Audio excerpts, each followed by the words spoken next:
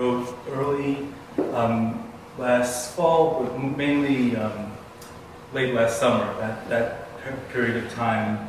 It's called Cartilage Jamboree, named after an event once held in Athens where bands were playing. No other explanations for it, just it's a fun name. This is an essay that I wrote that basically goes over my general worldview, what I think of things, in a very general sense.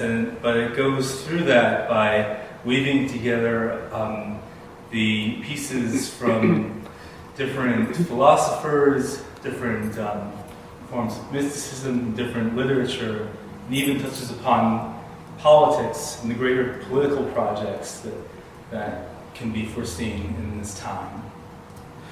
So for my introduction, I'm going to begin with, first of all, can you guys hear me? Yeah. Making sure.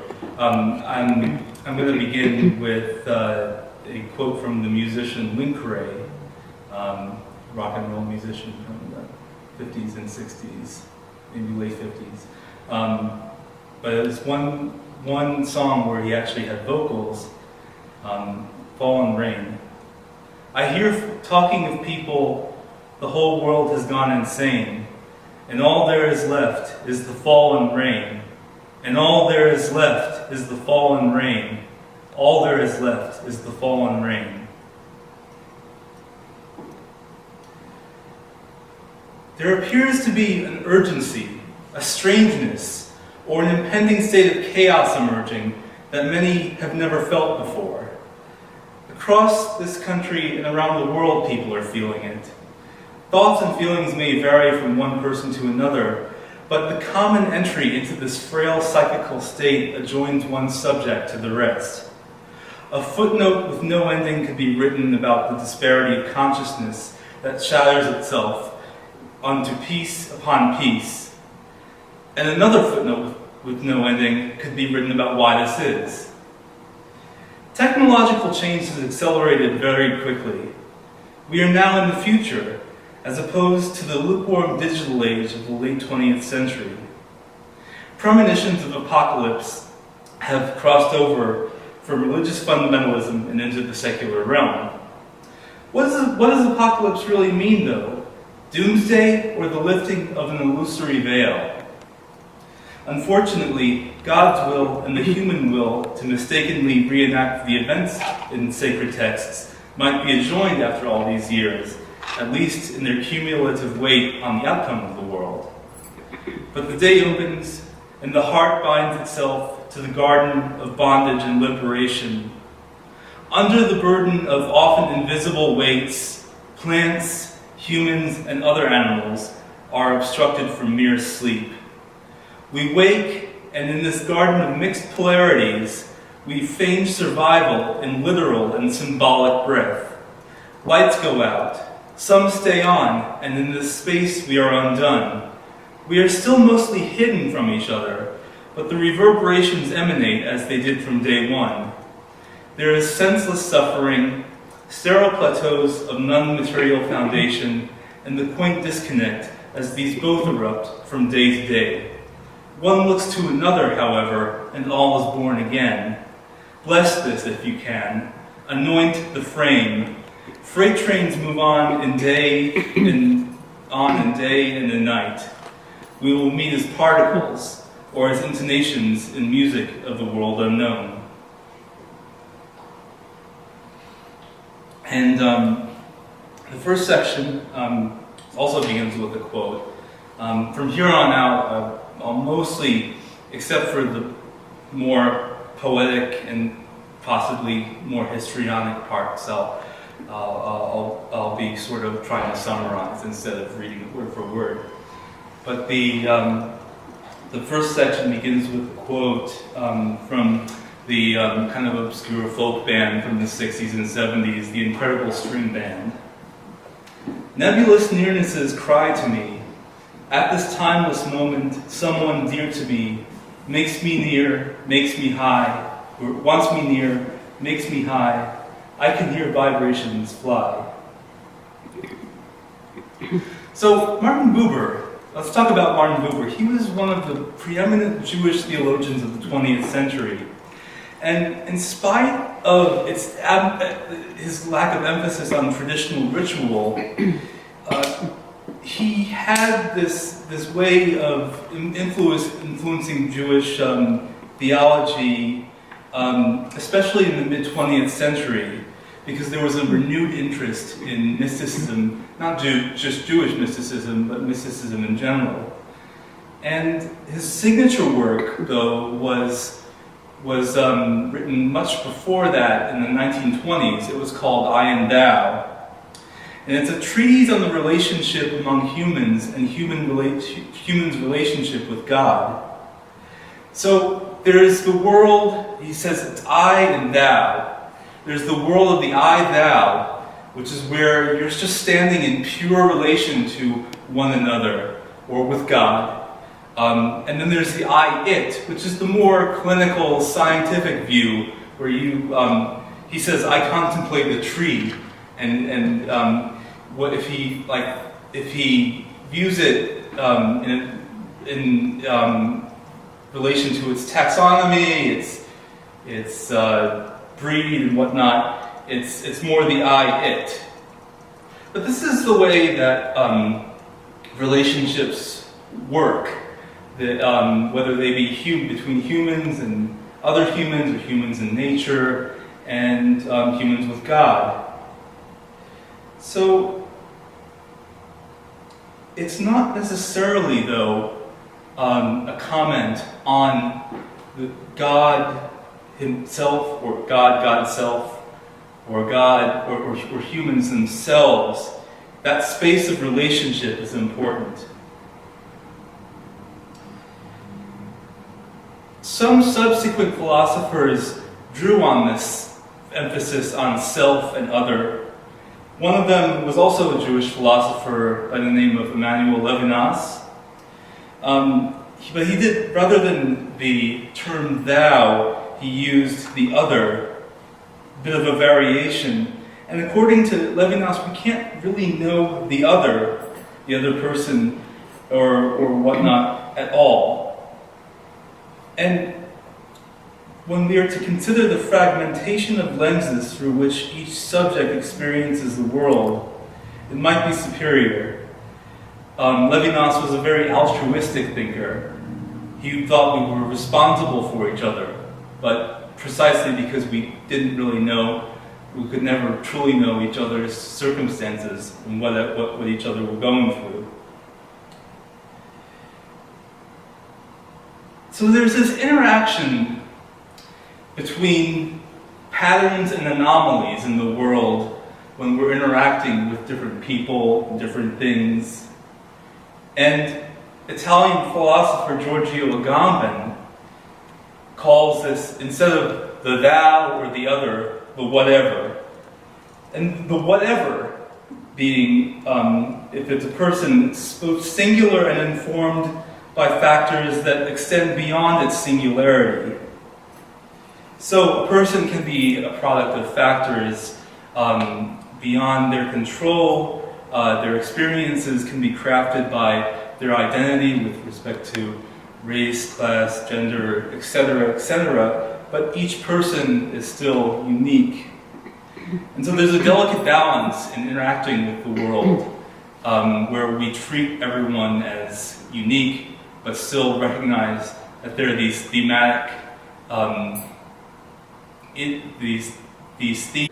And he goes through a series of layers from the mere level of appearances of each other, the mere surface of things, to our emotions and our it's sort of like Plato's kind of like multi-tiered soul. It's like there's our emotions, but there's our intellect and the biological intricacies, and it all ascends until there's that space of relation again. The Yehidah, which refers to one's union with God. And he also talks about the way in which this ascension from the physical to the spiritual was mirrored in actual regular Jewish Shabbat or Sabbath services. So, in the midst of all creation's presence, a story is being told. Actually, multiple stories are being told. But sometimes there's a harmony out of which we can draw a holistic view of a person's life and death. And so we might look to something like psychoanalysis, specifically Julia Kristeva, when we're thinking about the development of a human life and their mind. Julia Kristeva was one of the most unique thinkers, or considered one of the most unique thinkers of the 20th century. She first touched in her work upon linguistics and politics, but then moved on to the realm of psychoanalysis and allowed her work to be immersed in the social sciences, literature, literary theory, really everything, feminist theory. But like Buber's theory, the twofold consciousness of the I-thou and the I-it, and how those things, those phrases, structure our lives. She classifies language and subjective experience as being intertwined. And there are more parallels between Buber and Kristeva. Kristeva observes stages of early childhood development in which language moves from baby talk to recognizable linguistic structures. And it's like, she calls it the pre-Oedipal phase, where the vocalizations are a primitive attempt at expressing what is inexpressible in the terms that the adults use. But once they start learning these words, it goes from what's called the semiotic, what she calls the semiotic, to the symbolic. And the understandable speech is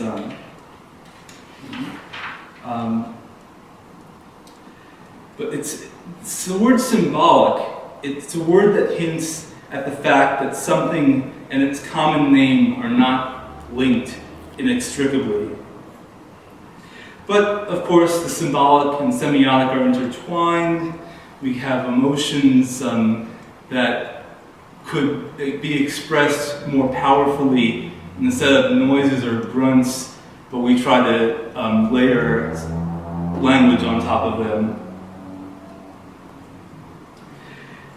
There's one other thing that that's a note of Kristeva's, in that she goes through the concept of the Korah, which is it's a container that it's an almost womb-like structure that preceded the creation of the universe itself. It's sort of like Plato's Korah, but it's not immobile. It's just it can move, and it's hard to really envision it. But I think that it runs parallel to a lot of different traditions. Idea of that which is older than God. The name for God in Kabbalah is Ein Sof, and Ein Sof existed before the creation of the universe. Just as and it's kind of like the Tao. It's like it's this formlessness that's older than God. So Kabbalah, as a form of Jewish mysticism, is basically, it's not the only one, but it's the most well-known.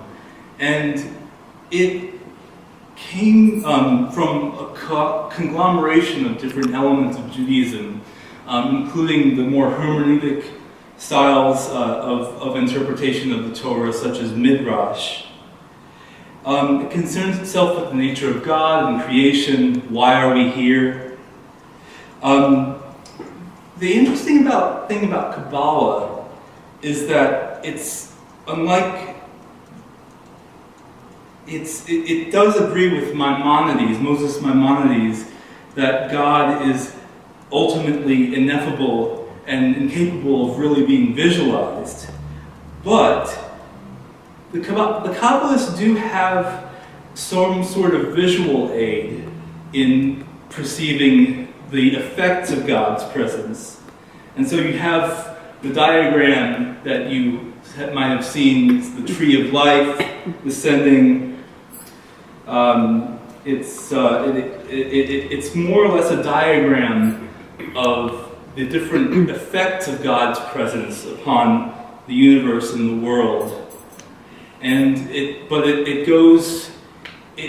an interplay between the particular and the universal, the human and the small and the great.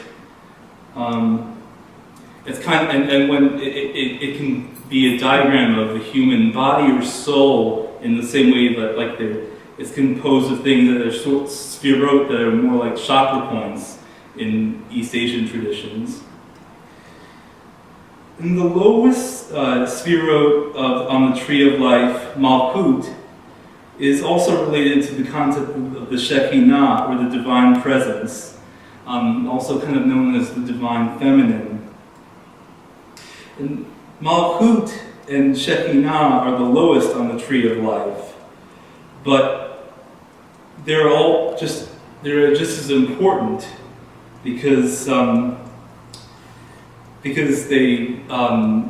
that physical reality is interdependent with the more non-physical spiritual reality, and it's interchangeable.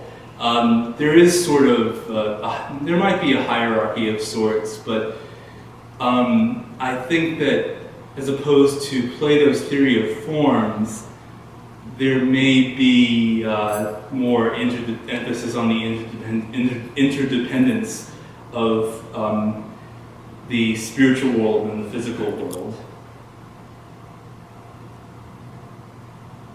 And when we're thinking about the divine feminine, we're thinking about the more something that across traditions seems to be talked about as the more material, earthly forms. And Vera de Chalembert, who's a contemporary mindfulness teacher, works with spiritual direction, has been deeply invested in studying the presence of the Dark Mother. For her, it is elemental to confronting the messy, seemingly unholy parts of creation that we ultimately cannot transcend or avoid. And this is tantamount, this is very integral to personal healing. Finally, in the 16th century, a well-known Kabbalist named Isaac Luria developed the concept of Tzimtzum, in which God is said to have contracted like a womb in order for creation to occur. And the light of creation was originally contained in several vessels, which eventually shattered, leaving the light of creation imprisoned in scattered shards. Humanity's mission is to simultaneously discover the sparks of life hidden in these shards and to connect the fragments. And this process is referred to as tikkun olam, to heal the world or to heal the universe. And now for a song about a conversation between a garden and an airport. Said the garden to the airport, "Can you make my flower bloom?"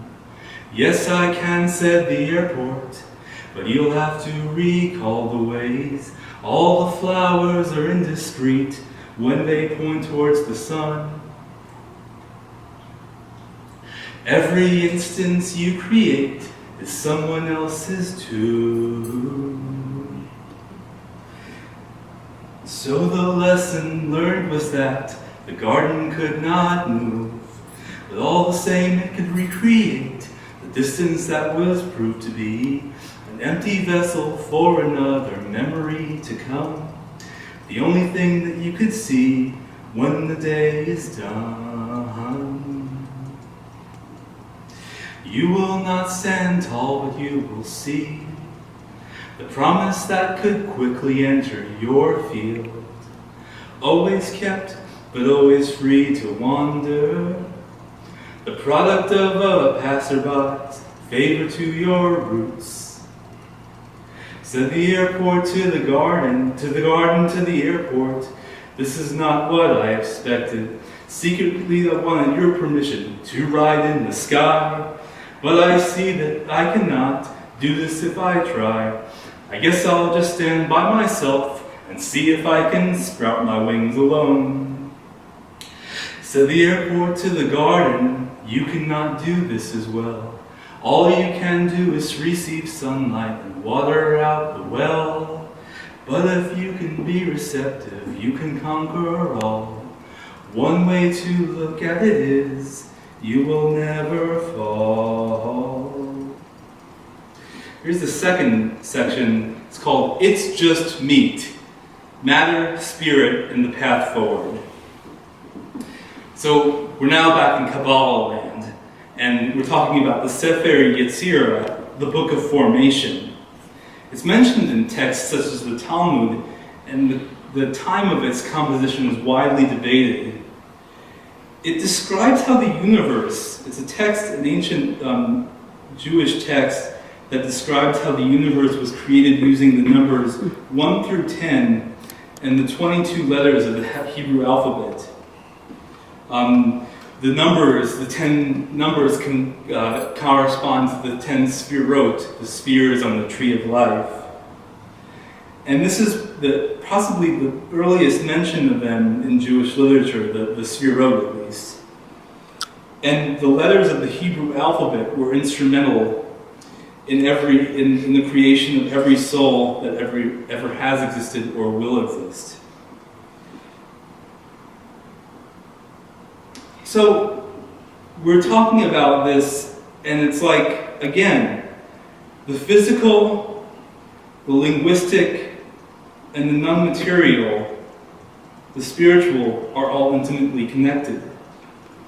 The 10 sphirot are also mirrored by the 10 fingers of the human hands, and the letters, as well as the numbers, are connected to natural elements. And these, what these things encompass, they encompass all of creation, so it encompasses the good, the bad, and the ugly. There's not a separate adversary, per se, who causes evil to occur. Good and bad qualities are distinguished from one another, but they're not. But they might be on the same axis as each other. And this all may sound fantastical or overwrought to modern secular ears, but we can use these quaint, and we're given permission for this, to do this, I feel, in Judaism, or at least Reform Judaism, of using these quaint hermeneutic methods and documents as ways to get closer or or more aware of what is in the end ineffable. It's just a blurring of dualisms that can be seen even despite the prevalency of dualisms and compartmentalization in Kabbalah or in Torah.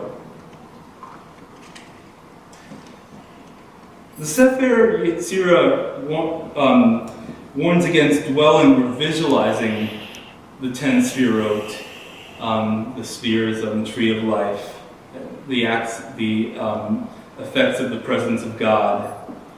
But it recognizes that to err is to be human.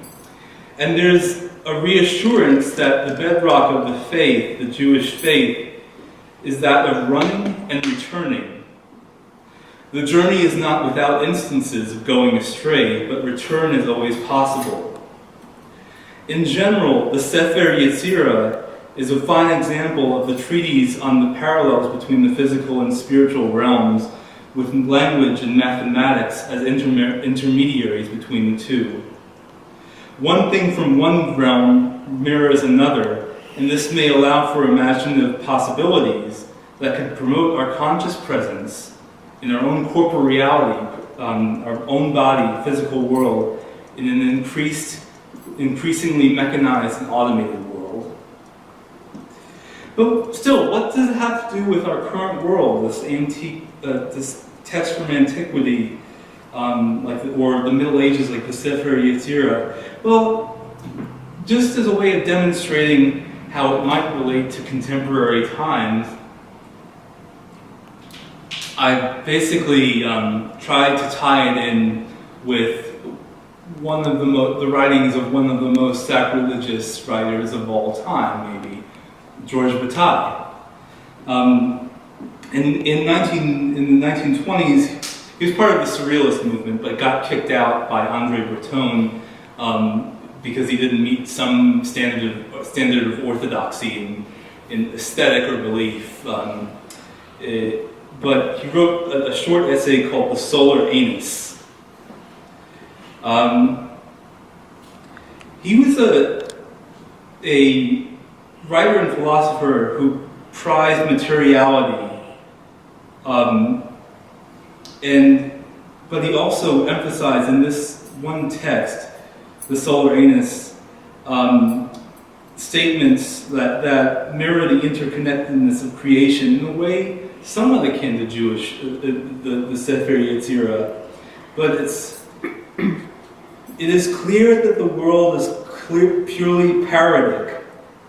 In other words, that each thing seen is the parody of another, or is the same thing in a deceptive form. That's a quote from Bataille's text. There's obviously a surface intent of mockery, sentiment of mockery in the entirety of the text.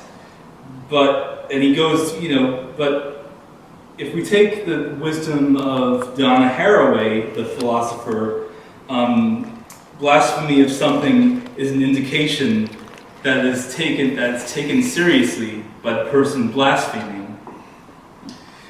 Bataille takes something general and lofty as the concept of love and connects it to some things that are normally associated that mainly evoke disgust. Not all of these evoke disgust necessarily, but an abandoned shoe. This is from the Solar Anus again.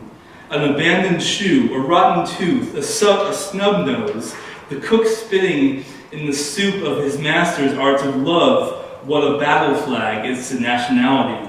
An umbrella, a sexagenarian, a seminarian, the smell of rotten eggs, the hollow eyes of judges are the roots that nourish love.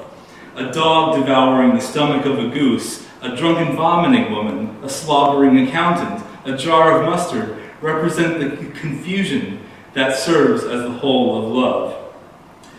Well, Rabbi Lawrence Kushner posits that unlike how he perceives Christianity, and this is a strong statement, which concerns itself more with the transcendence of materiality.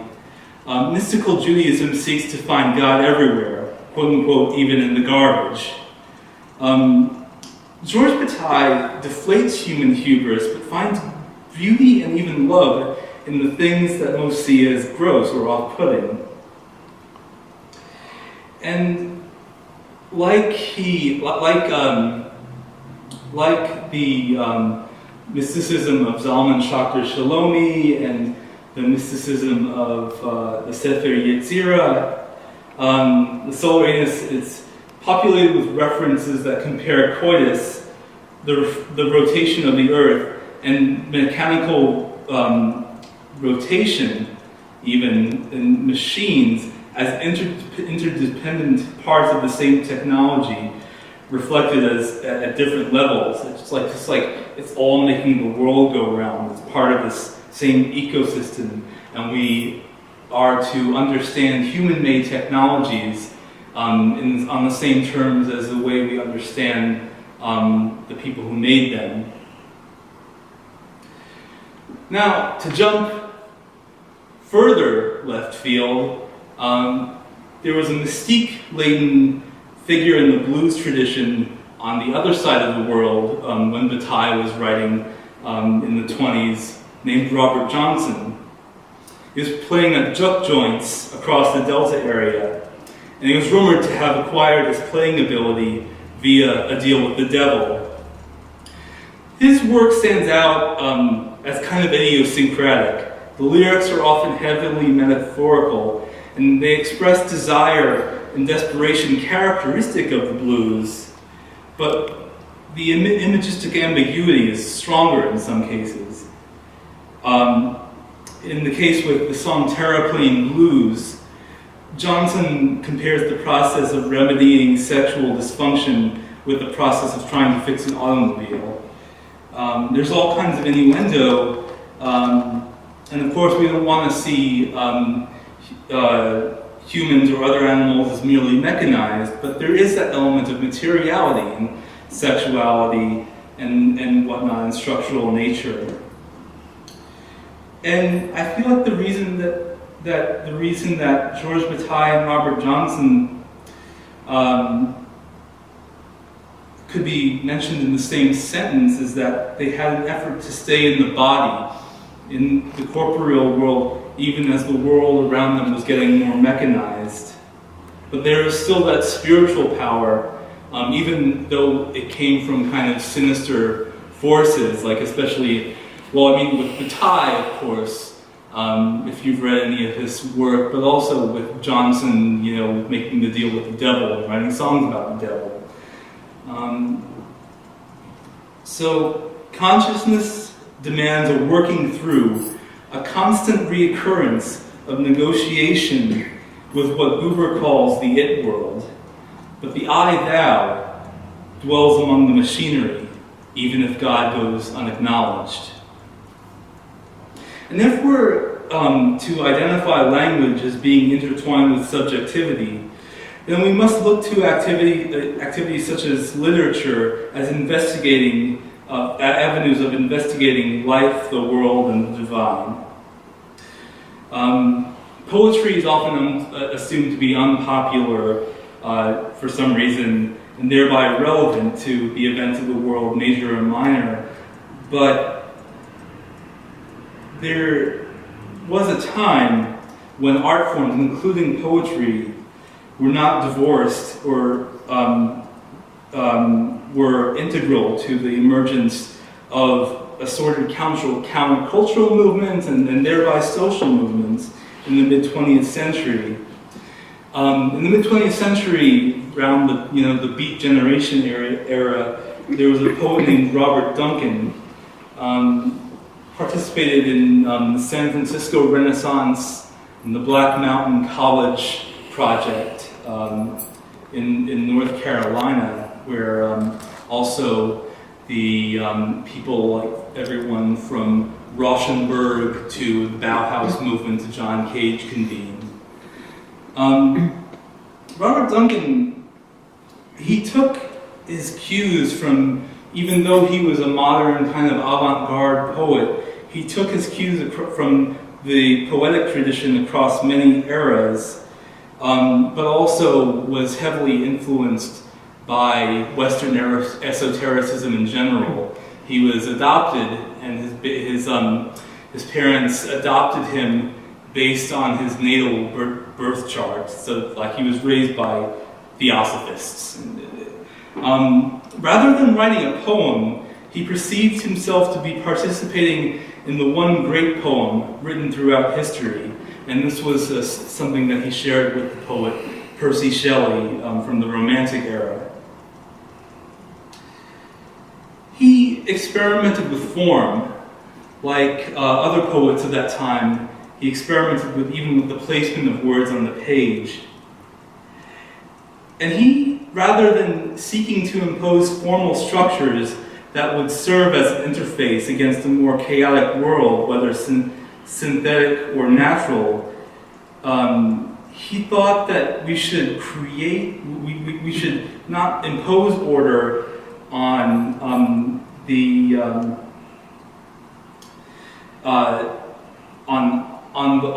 world, but discover hidden order within that chaos. He drew from process philosophy, which says that nothing is nothing is inert matter. Everything that we call matter, everything in the universe, is a set of processes or a set of events. And so he also took from Charles Darwin. He sought to make a collage of fragments in his poems that mirrored the life of the universe, and demonstrated a potential way of interacting with or perceiving what comes into our field of consciousness.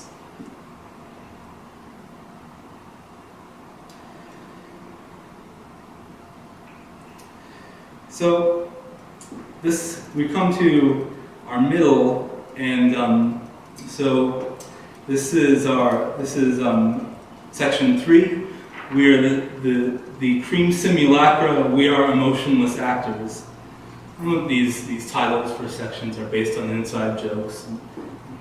1. A specter is haunting the hearts and minds of many. What is this specter, though? Is there nostalgia or an empty space in the soul that requires filling? Is the vacancy of one soul indicative of that of the next, or the vacancy of the world's soul? Whatever the case may be, we may see phenomena of the past returning. Care must be taken in comparing the present to the past. The universe is unique and complex in its own right. Phenomena rise in a way that they hadn't before. Reflections dance in many mirrors. Cameras record the surface tension, but not the sea inside. And the sea inside is lonesome. A whistle or a drone hangs over it, but it does not soothe the water's depths. We've clung to odd surfaces, it seems. Politics reflects this, and culture does as well. And in the middle of this, we see public intellectuals such as the Canadian psychologist Jordan Peterson, revered and scorned by equally as many people. And he advises against the embrace of chaos, deeming his recent bestseller an antidote to it. However, he acknowledges that consciousness itself is an oscillation between order and chaos. But for him, chaos is feminine, or is represented in the feminine, and order is represented in the masculine. And he alludes to the fact that matter shares the same etymology as mother, and also that matter is what matters, or the matter at hand. We may be well-equipped with order, need to be well-equipped with order in order to face this matter, the material world that encounters us chaotically. But what is matter that it's so chaotic? Are we not, as Robert Duncan suggests, confronted by a hidden order to be discovered in our efforts, be they artistic or otherwise, an order inside of the chaos? Peterson maybe conceded this as well, but he says that he makes the case for building order or fighting against a kind of entropy that he sees as being destructive in humanist projects, trying to apply an ethics or a moral code to the world as misguided failures. This is because they're concerned that with the non-material or the realm of spirit, these movements, and Baudrillard sees capital itself as being divorced from any kind of ethics that would inform Marxism or the liberalism of someone like Rousseau. And Georges Bataille looks at his colleagues in the Surrealist movement and he sees that they've become even kind of lofty in their Marxist philosophies, in that they don't actually think about the material and class struggle that's crucial for him. Bataille, concurrently, if you remember, emphasizes materiality, the emphasis of a reality that needs to be communicated with on its own terms. And this, for Bataille, should be the substance of surrealism. Things in Bataille's work are standing in their physicality to be manipulated in often grotesque ways, but not in ways that necessarily exceeds the limits of palpable reality.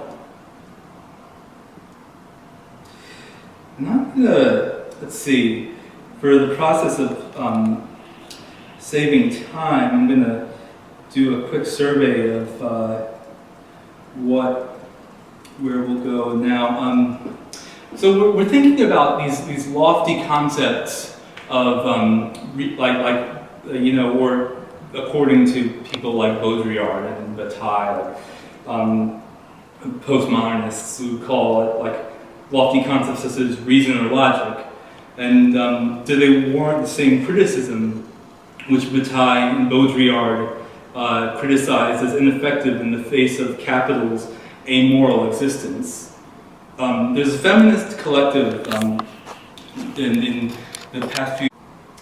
Well, the Rabbi Michael Lerner, the founding editor of Tikkun magazine, has been talking about meaning and making the case for it to make an entry into leftist politics. He's making that case for decades.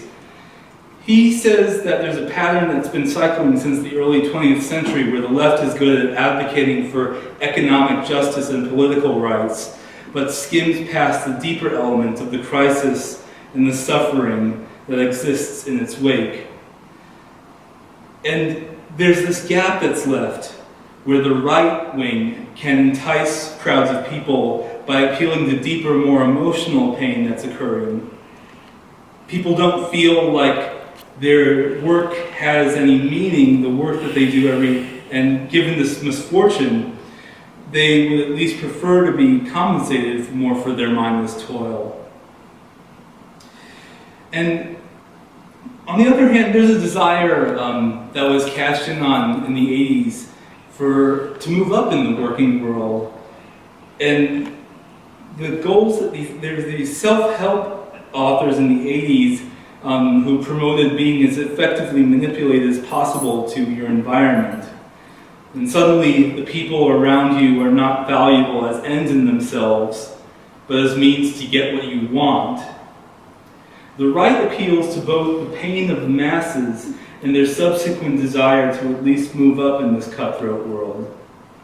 Of course, as we may see sometimes, the right blames this pain on the efforts of people who are at least just as marginalized as the constituency that it attracts.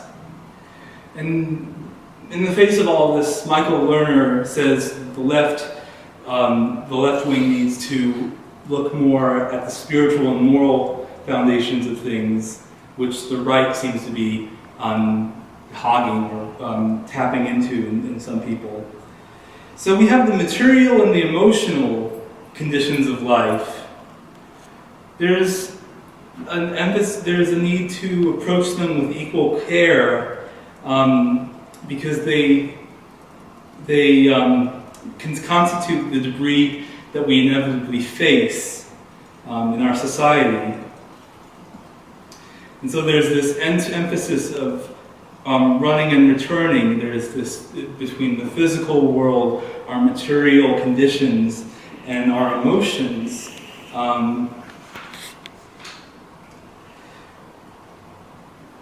So perhaps in the words of the Sefer Yetzirah, we are always running and returning. During the primaries, though, of the 2018 midterm elections of this country, UGA professor Richard Winfield, he ran for U.S. representative of Georgia's 10th district, and as a lifelong Hegel scholar, he applied his political philosophies from his studies to his platform. And it was kind of a bold social rights agenda that you're seeing popping up more and more, somewhat like the UN Declaration of Human Rights, a federal jobs guarantee, not just an effort towards full employment, but it could be an effort towards massive societal transformation. Winfield saw that many public goods and services had been gutted across several decades, and perhaps the federal government had the opportunity to foster these goods and services back into existence, along with one such as broadband internet access in remote areas, and jobs in teaching and the arts. For Winfield, this had advantages over policies such as universal basic income, which would allow just the continued exploitation and underpayment of workers, and would have two classes: the people who were just getting by on that basic income, and the people for who it was just like an added bonus. Karl Marx emphasized the need for workers to be connected with their labor in some way. And this is echoed in Michael Lerner's observations of middle-income earners' lamentations of the meaninglessness of their jobs. In mind, body, and spirit, however, we always run and return from engagement to detachment. Daily life is diverse in its feelings and thoughts, and perhaps Hegel would identify various dialectical processes and tensions therein. But what's important is not a utopian outcome, but the allowance for a diversity of any possibilities at all. You know, the leveling of power between employee and employer could be a setting, or will be a setting for major difficulties and conflicts. Perhaps this goes for negotiations of employees themselves. And I say this because Richard Winfield, like some other candidates, emphasized the importance of collective bargaining in the workplace. But whether we see disaster in these bold proposals or we see positive transformation, we are at least woken up not only to the variety of possibilities in subjective and collective history, but also to the importance of interpersonal engagement and its relation to personal liberty. And I realize that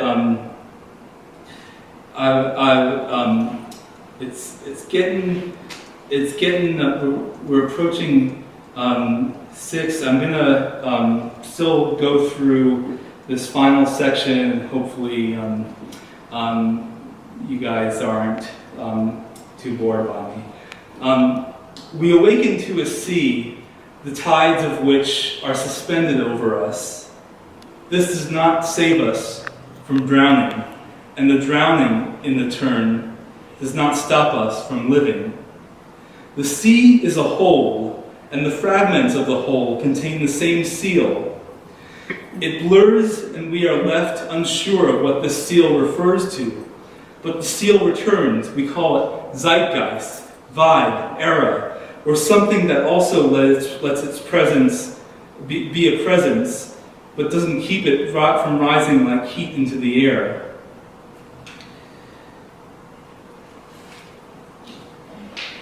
The word utopia, by definition, signifies no place, as writes Tarek Larson of the musical group Prince Rama in the Now Age Manifesto, published in 2011.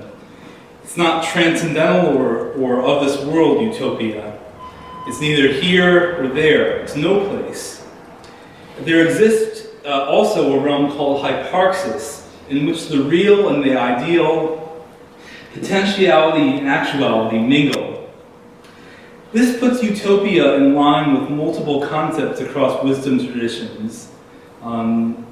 Julia Kristeva notes that about the Promised Land in the Tanakh, it's made special the Promised Land is made special due to the fact that the Jews are cut off from it, and it always trails or looms ahead, and sometimes is inhabited. Yet the cyclical return to and exile from it are what make it so significant. The whole concept of Larson's now age, though, is a simultaneous immanence and transcendence. It's something we inhabit like the Tao, but we can't grasp. Abraham Joshua Heschel, another Jewish theologian, in his book The Sabbath, distinguishes Shabbat as the time of week in which Jews work not within space, but rather within time. The linearity of that time has, during the work, is circumvented. In the Now Age Manifesto, Larson states that the Now Age is something that is not temporally specific, or on the other hand, a manifestation of eternity, but rather transformations in inner time. And there might be a connection between these two, the Now Age Manifesto and the Sabbath by Heschel. Shabbat touches upon the eternal, but it's rigidly situated in temporal duration. It's sundown at Friday to sundown Saturday. Larson does not protect the Now Age concept from existence in space, and she uses her theories of the Now Age and hyparxis to distinguish her utopianism from simply a vain hope in the future state of unbreakable equanimity. It's just the concept of the real and the ideal being able to coexist in one space.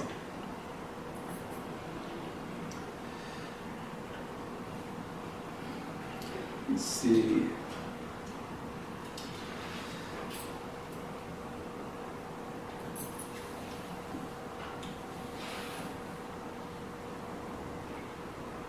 Well, to skip a little bit in my presentation across some things, considering the connection between language and subjectivity, it's imperative to discuss the way such a connection informs both public and private life. By drawing parallels between the free association introduced by Freud into psychiatric clinical practice and the United States relationship with the First Amendment, a scholar named Joel Gentile emphasizes the importance of speech in all spheres of life. She proposes that as Freud saw the practice of free association and speaking as instrumental in a person's healing, so was free speech instrumental to the development and preservation of democracy. Speech allows for the revelation of the unconscious and is therefore furthermore an indicator of one's relationship with one's unconscious. And there's a lot of debates on what's protected speech right now. Free speech and free association, argues Gentile, require both cooperation and compromise among people. Acknowledging the power of speech, we also may witness its capacity for preserving and dismantling power structures. Such possibility, understandably, arouses anxiety in many.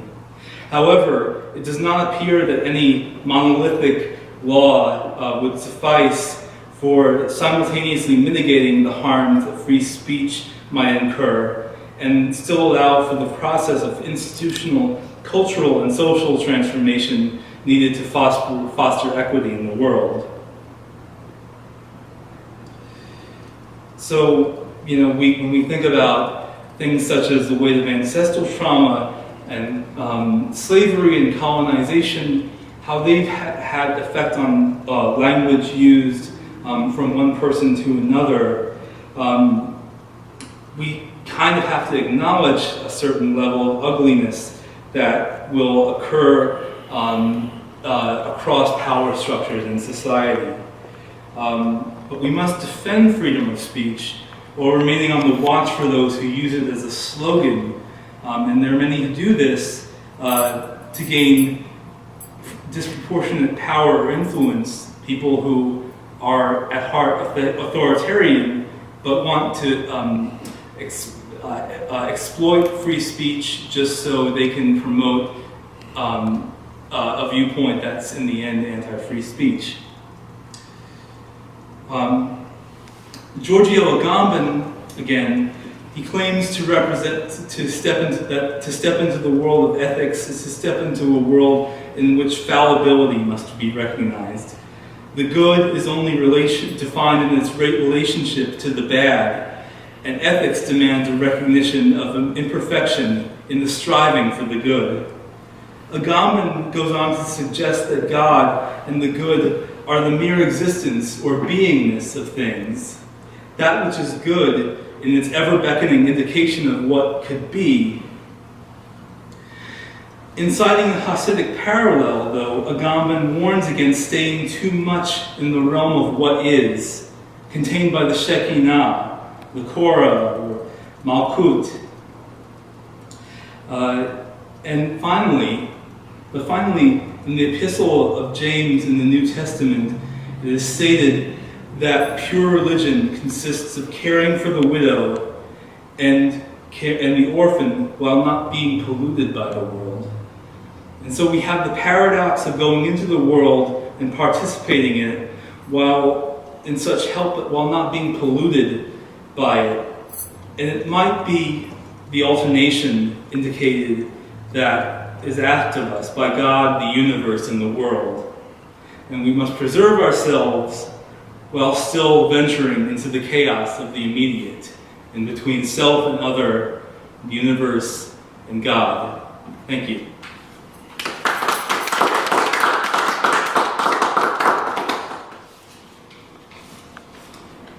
So, I don't know. I didn't plan for a Q&A, and that was kind of a